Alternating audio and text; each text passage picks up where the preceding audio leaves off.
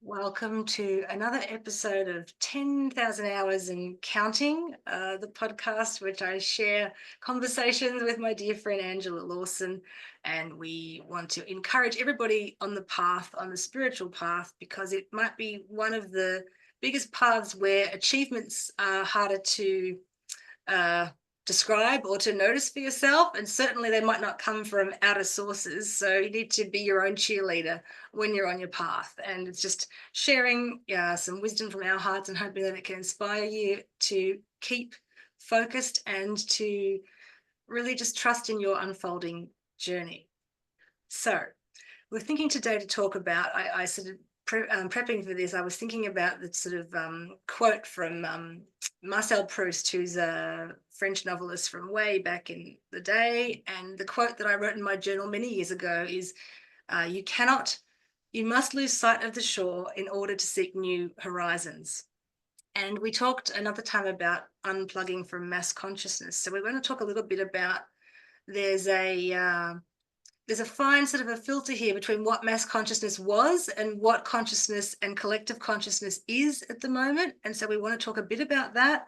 And I just want to begin this topic saying it's talking about the realms of the yet unseen.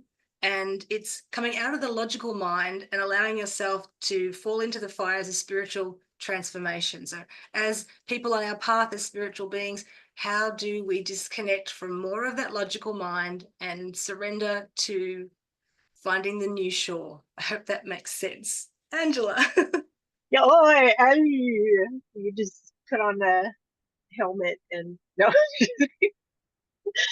no. What a question, because you brought up so many good points about how it looks so different now. This collective consciousness, and how it's changed in so many ways. Especially, I mean, we can't talk about culture or interaction without involving social media. Like it's inseparable now. And so how does that look as far as finding our autonomy, right? And it's so interesting when we are spiritual healers or teachers, when it's part of your offering in the world, professional offering, you need to be able to have that flux where you are creative, you get the energy from spirit, because we are channels ultimately. It's a work between us and spirit. So we need to not be rigid or in systematic sort of ways. But then in order to apply it and share it with others, maybe there isn't an energy where you need to lean into some of the systems. So I guess as with any creative, where does the creativity have to give way to the bridge of getting that birthed into the world? And so if this is you and you're feeling that struggle, welcome, and let's Yeah. a chat about it, because we are both in that period of the way we are sharing our work. We're finding these channels and systems and bridges to get it out there, which is a gift, which wasn't there when I was doing this work 20 years ago. It was literally just the people in the suburbs around me, and sometimes somebody on the phone in Western Australia, a Yeah. few people in London. So we're in this unprecedented time. And I did just say to Angela earlier, we were saying, I used to notice, the mass consciousness, it seemed more of this sort of entity, doesn't sound like the right word, but it was very noticeable 20 years ago that there were people who were outside of it, and there was all the hive mind of the way of thinking. But I can't feel into that anymore, since all of the world was basically turned upside down, and there's all these truth tellings and all these things happening now. It's like that level of mass consciousness doesn't exist. Everybody has been short circuited from that one way of thinking, and now we're moving into these almost tribes or sort of different ways of, I suppose, looking at the world at this time and trying to find our place and where we want to be in this journey and how we want to live on the earth as beings of light. And it's gotten more diluted, and as you were saying, it was easy to classify before, where now it's like we discussed earlier, it's like a cell that divides. And so we had that originally, we had that cell split, and then we had two different groups and people. Oh yes, I'm totally for social media, I'm not. And now those have divisions within them, and let's use us as examples where all around we're told this, you have to engage with this in order to succeed in a business, in this, regardless if you're a healer or not. And I think now it's becoming, to me, what I observe, it's more of a moral dilemma. I think in some way, I want to, first of all, I don't think I should be told what I should be doing, because that is inside of me, and we're very strong-willed people. So that's another issue. I don't want, don't tell me what to do.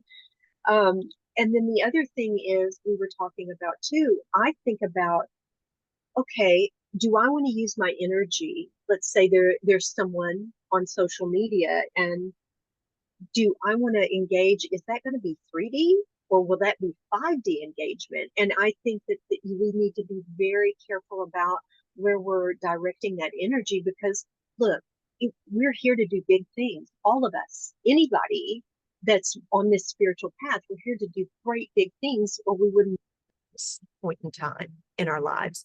So I think too, it's about don't don't listen to I've that. lost. Oh, hello. Don't listen to. Yeah. And then I'm you. sorry. It was perfect. That it came unplugged. So sorry. That, and I just lost it. So I'm so sorry, everyone. But just knowing that, do we want to engage in that kind of, why waste your time is basically what it is. It's like we have so much to give, so much to do. And so if we allow ourselves to be distracted by this noise that really doesn't matter, we need to be tuning into what we feel and following that guidance instead. And that just sounded so crazy and all over the place. I No, apologize. you said it before, and it was, is this 3D or is this 5D? And now there's another spiritual teaching which says, is it coming from love? So it's a little bit like that at the moment. Yes. Where are we putting our focus? The truth is, we are already in 5D in so many ways. It doesn't mean the 3D can't still bridge that gap and there aren't people existing there. But talking about those of us who are on our path, so these concepts are not foreign to, I do still feel that spirit, your guidance, is asking us to let go and surrender even more from the connections and the way we used to be as spiritual beings in this world.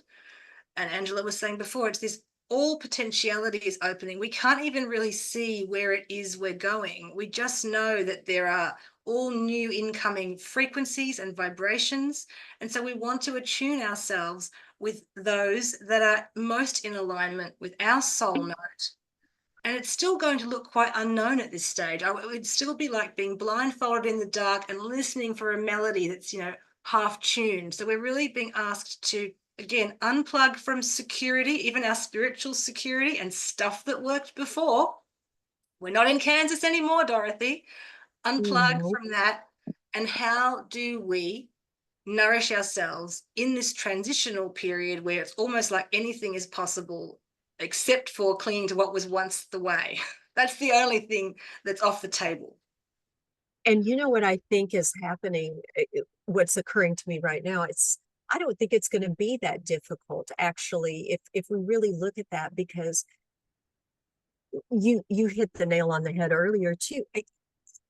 You know inside if it feels good or not. And I think it's going to be more difficult to put on the smile and tolerate things that are not in alignment with who you are vibrationally. And I think it was much easier to do, 10 years ago, that much easier to smile and just take it and go on. And I really think that's what's happening.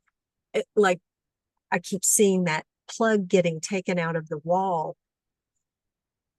We're not going to have electricity like that anymore. That's not where we are. It's like you're saying, we're already here in this 5D vibration. And so it's almost like there's not enough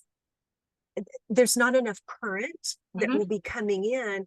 And so it's not even going to register with us, really. And so we're not going to have any choice but to go with this higher vibration and what our soul what its compass is telling us that we need to do. I think it'll be painful. I don't think that we'll be able to Yeah. function. I think that is a good marker, if it helps anybody listening, that where it's feeling a bit sticky or a bit painful, that maybe it's not the time to dig in deeper as we often do on the path. We're happy to go into the dark places. That's how we've done our work, prior. But now I think that's almost the red flag to say, if it's feeling that heavy and that resistant, maybe that's not the way to go. And maybe it's feeling into something lighter. And as we spoke in another episode about potions and poisons for healers, this will change. So what is actually nourishing you at one point may no longer nourish you for the rest of time, or at least for a period. And you have to be willing to change it up, right? Change it up and not beat yourself up and think, oh, this is not working for me. I'm trying to plug in, as Angela said, this current and it's not the right one. Where's my upgrade? And, maybe it hasn't quite been, that software's not downloaded yet. You're right. They're in this upgrade process, but I just think it's so important if we can all sort of ride these waves of uncertainty. It's that theme again, but with a bit more of a joy, or even surfing them, because when you know better, you do better. If you're connected to spirit in any way, you're going to understand there's way more going on than just this chaos that we see in the newspapers online. That's true. And you know what struck me is when you're talking about listening for that melody. That's very true. I think it is a whole other existence that we're really attuned to. It's these simultaneous worlds are existing, and it's like we've got our foot over here on what we can't see, and we're longing to go to that, because that is that song that we're hearing, where this is this, it's almost like we're feeling agitated by the song that we're hearing right now, because it's a little bit off key now, and we can almost hear that other thing in the distance. And so and that to me is listening to your inner guidance. And I want to also say you are absolutely right about this old paradigm of buckle down. When you feel bad in your gut and you feel like, oh, it's just I haven't put enough effort. No, this is the time that you go to the divine feminine and you just say, you know what, I'm going to take a nap. I'm going in the cave and I'm not going to deal with this. I'm not going to succumb to that structure again, I guess. And that I see like a father time, like with something like just whacking a stick at us, making us work. And that is not, it's not relevant anymore. Mm-hmm. And we think about critical mass, and I think about that from a spiritual perspective. If there are so many of us who are willing to do this work, to bring spiritual energy through us, to offer it, from our hearts to others, to earth. I mean, sometimes it's professionally, sometimes it's daily existence. That is going to eventually tip the scales, towards more of, ending this experiment, which is the concept of separation from the divine, which we have been living under for ever. And we are, beginning to feel that energy of what it means to come more into harmony and leave behind that separation. So it's like, yes, if you resonate with things that make you feel good, the more that you can do that, and then you're a light to others, whether that's to somebody in your personal life, to a client, or to someone on the street. When you hold that frequency of, the golden age, let's call it that, the 5D unity community, then the more that you can feel it and resonate it and share it, even if it seems unknown to you, eventually there'll be more of us at that frequency of, even people power. People who aren't spiritual are talking about people power, taking back the power, and people rising and joining together, to form harmony and community. So we should never sort of want to collapse under the fear of, am I enough? Is this enough? This small work, maybe I'm helping this many people, or it's like, just keep doing that. If your soul feels that hope inside, you know that there's a truth to it. You know that there's something more, and it takes courage to lean into that. But part of you also knows, like when you take the blue pill in the Matrix, that there's no going back to the other way. You have to live by the ideals that you speak to people about, like your spiritual ideals. You have to, test those on a daily basis.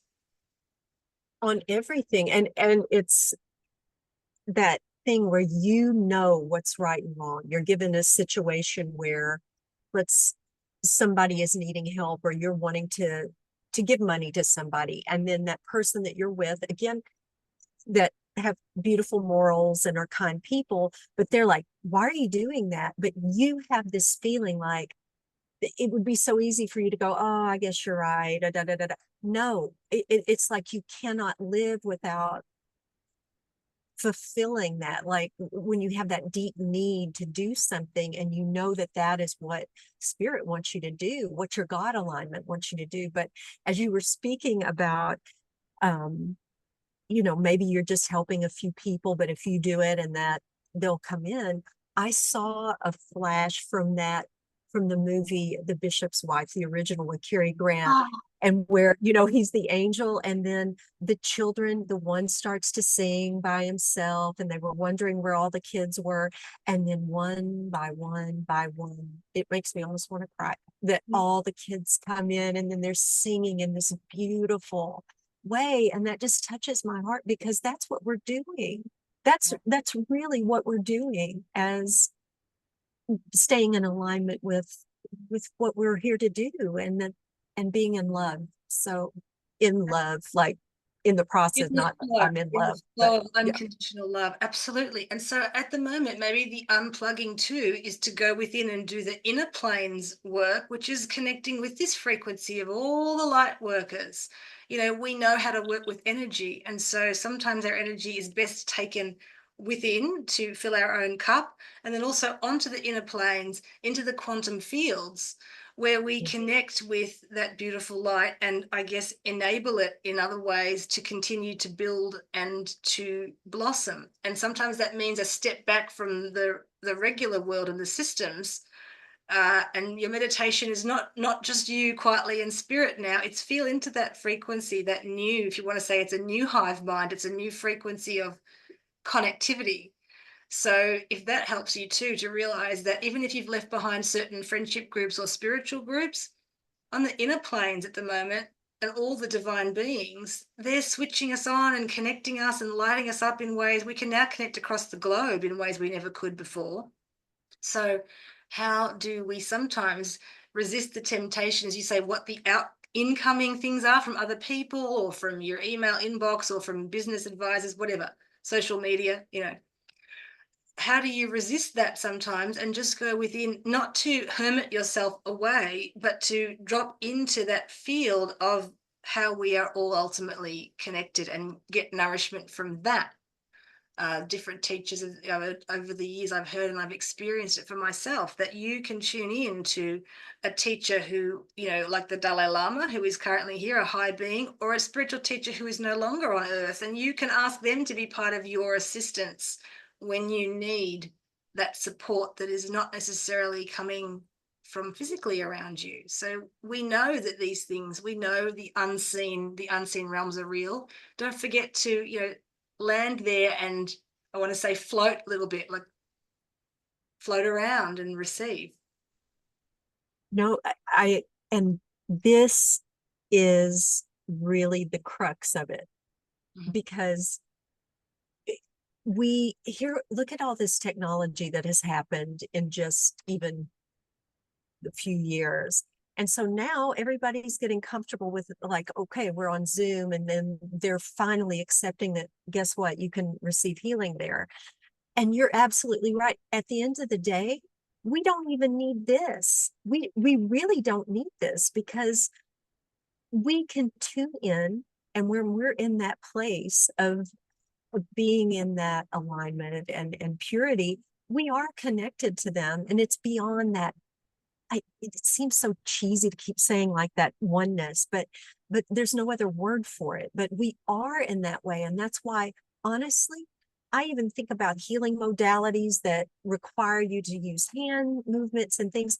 At the end of the day, we don't even really need to do that if we have enough spiritual juice, first of all, coming in. And that's a whole other conversation with that. But in an ideal situation, let's say, we won't even need those tools, because we would be immediate with that.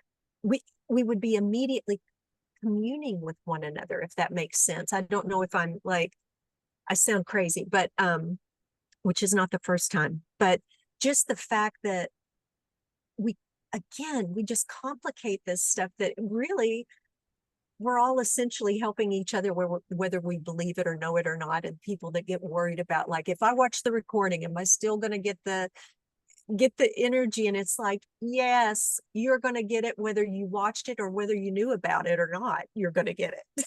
Yes. At the end of the day. Spiritual energy is intelligent and it goes wherever it needs to go. And that is why I do think that we are unplugging from even ways we used to do our spiritual work. And we need to be open to other ways. You're right, this is an amazing, break open and an amazing journey that we've been on, but we're still moving in other ways because technology, I sometimes feel a bit like a wizard or something from a magical book, that spiritual energy and technology sometimes fizz and things happen. Yeah. Right, so I feel like, oh, how do we combine the two? So it's the teething. You think about being at the beginning of this kind of new way of technology. We're in this teething process of how to combine spiritual energy and technology. So we're just beginning the path, really. And I always want to think about the idea of how do I connect into what supports me on my journey in order to be this channel and to give to others. What does that require from me? And sometimes it is about even just feeling that you are removed almost like from different connections or situations, but you are still held in divine light and the presence of spirit, whatever you want to say, God, force, universal source. But you do need to, and I find for me, I am needing to experiment with ways to do that. Things are happening so quickly now that the ways that it used to be I receive are changing and they feel like they're not as nourishing. So then it's, what is the next thing? And it's not a frenetic race, but it is an ability to, I suppose, dance in and move with the currents. And when something doesn't feel right, just open to something else, because it's that spiritual nourishment that we really need always, but especially at this time. And the thing that always keeps coming up, worthiness. And I think it all boils down to that. Why don't we feel worthy of trusting, first of all, that we're receiving divine guidance? And why don't we feel worthy enough to make our own decisions and stick with it and not second guess and keep questioning, like, well, did I follow the protocol? Did I do this? That kind of thing. And I think it still comes down to worthiness and self-love. Yeah, I think Most of the time. well, everything comes down to that, because if you feel worthy and you love and accept yourself, you're not going to be behaving in negative ways, and then you're not going to be minimizing your own essence. That's the other thing. So that comparison, of course, we're talking about being able to see what all the other healers and all the other spiritual people are doing. That can be a new curse almost, in a way, because it might challenge you to think, is what I'm doing enough, or should it look a lot more like what I'm seeing out there? And the answer is yes, it's enough, and no, it shouldn't. It needs to look like you, and you need to honor your process. So if the tools don't work for you, put them down for a while. I always find that technology processes is like a spiritual Rubik's cube, and I cannot move. And here's another analogy: I cannot move past go on the on the Monopoly board until Nope. a certain energy flows in. And it doesn't necessarily take a logical mind. They say this, I watch all the videos, do this, do that, do that. It's not until the spiritual energy flows in for me that suddenly the gateway opens and the new pathway is there, and I can make that technological bridge meet my needs. So be aware, you might be like this. You might be one of these people where sometimes energy and technology doesn't work for you, but that's okay. But you need to find a way to, keep going forward and not want to give up and completely change you, because who you are and the way you are is the essence of this 5D energy, uniqueness and being an individual. I agree. And what just occurred to me too is how intricate our soul contracts are. And I will always come back to astrology in some way, but you think about, we do come in certain signs because there are lessons that are associated with those. So that's the other thing, that we can use it as a kind of map to say, okay, where can I get a hiccup, maybe. Like I'll use myself as an example. So I come in as a Libra, that's people pleasing. So where is it that's going to be a big challenge for me once I start to like do my self work and all of that. And so it's like for me, I can see like where has that people pleasing and not wanting to offend somebody and I want to be polite, where has that stunted my growth, or where has that kept me from being where I need to be? Because again, it's kind of like comparing yourself to other people. But I do think there's wisdom in that too that can help us hone in maybe on those Achilles heels that we might have that are keeping us also from being that individual person that we've come here to be. Yeah. Yes, it really is true that the challenge, that what you've brought, the things that do seem to be holding you back, are actually a divine dispensation, really, of grace and being able to come to that realization. And I can come to it and then have a little mini tantrum about it and then come to it again. But it is a path. It is a certain path. It may not be your path, but there are a lot of people who in some way it's almost like the challenges and the closed doors and the things and the being sort of over here, I don't want to say in the shadows, but this feeling that the ability to shine is maybe a bit dimmed is just part of the soul frequency. And we are here to hold a frequency that enables healing on not just our own personal level, but for many other voiceless people who are never going to be able to do that without some, it's like a light being lit. So it's like us being able to go through the journey that is difficult for us, but to transform it, to in some way take the challenge and create a learning from it. That frequency does go out and enables other people to connect with it. It's like if you've ever seen that in meditation, it's sort of a spiral of people going up a mountain perhaps, and some are masters and everyone's got a candle, and you can look ahead of you and all the people ahead of you are looking back and their light is helping you light your way, and the light that you're sending back is helping the people behind you come through and light their way. And so it's not all about the beauty and the sort of surrendering to divine grace. Sometimes it's about the learning and the challenge that is your light somehow that then shines it back for someone else, and it almost helps them step over that pitfall. I feel like I've gone a lot of places with this, but let's leave it there. Yeah, Perfect. I was going to say, I'll give you another mic drop. That is perfect. I think just take a moment just listening to us to just see if you can visualize, because this is an image that I have seen, other people have seen and written about, that idea of yourself on a mountainous path or a spiral path, and you're holding a candle and you're just traveling up, and you can get a sense of the people ahead of you and the light ahead. And maybe you look back and you see the light that you're leaving shining back for people behind you. And just see if you can feel, and this is what you can do anytime, feel into that resonance of all of these souls on earth, and feel this beauty of sort of our connection at that level beneath the personality of the soul connection, and feel our connection to source, because that is the truth. We are all connected to each other and to source. So we unplug from the logical mind, which will want to get in the way and kick up a stink. And we unplug from the logical mind is also the thing that compares you to others, so we love that, but Yes.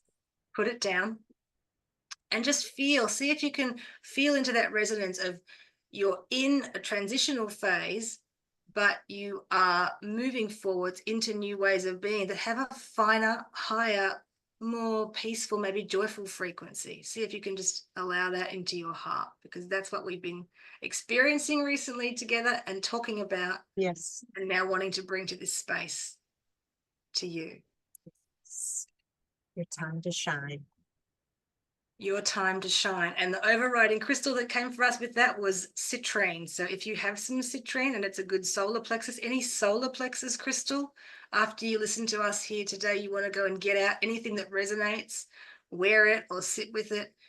It's just about allowing that sort of that center, which connects the lower and the higher chakras, really to come online into a new frequency. And we're not talking about clearing of chakras now. We're talking about activating our highest aspect in all ways of the self and the soul, and leaning into new finer frequencies. So we are already unplugged. Continue to unplug and give yourself that buffer, that distance from things that don't seem to be connecting for you. Just step back a bit and have some excitement for this moving through the void. And where we're going, we don't know, but when you feel into it, it feels good, right? It does. So with that in mind, thank you so much, Angela. All the beauty that comes through here, and we continue to tune in and find themes and resonances. And thank you all for spending some time here with us with the 10,000 hours and counting cheer squad. So Yes. until next time. Bye. Bye.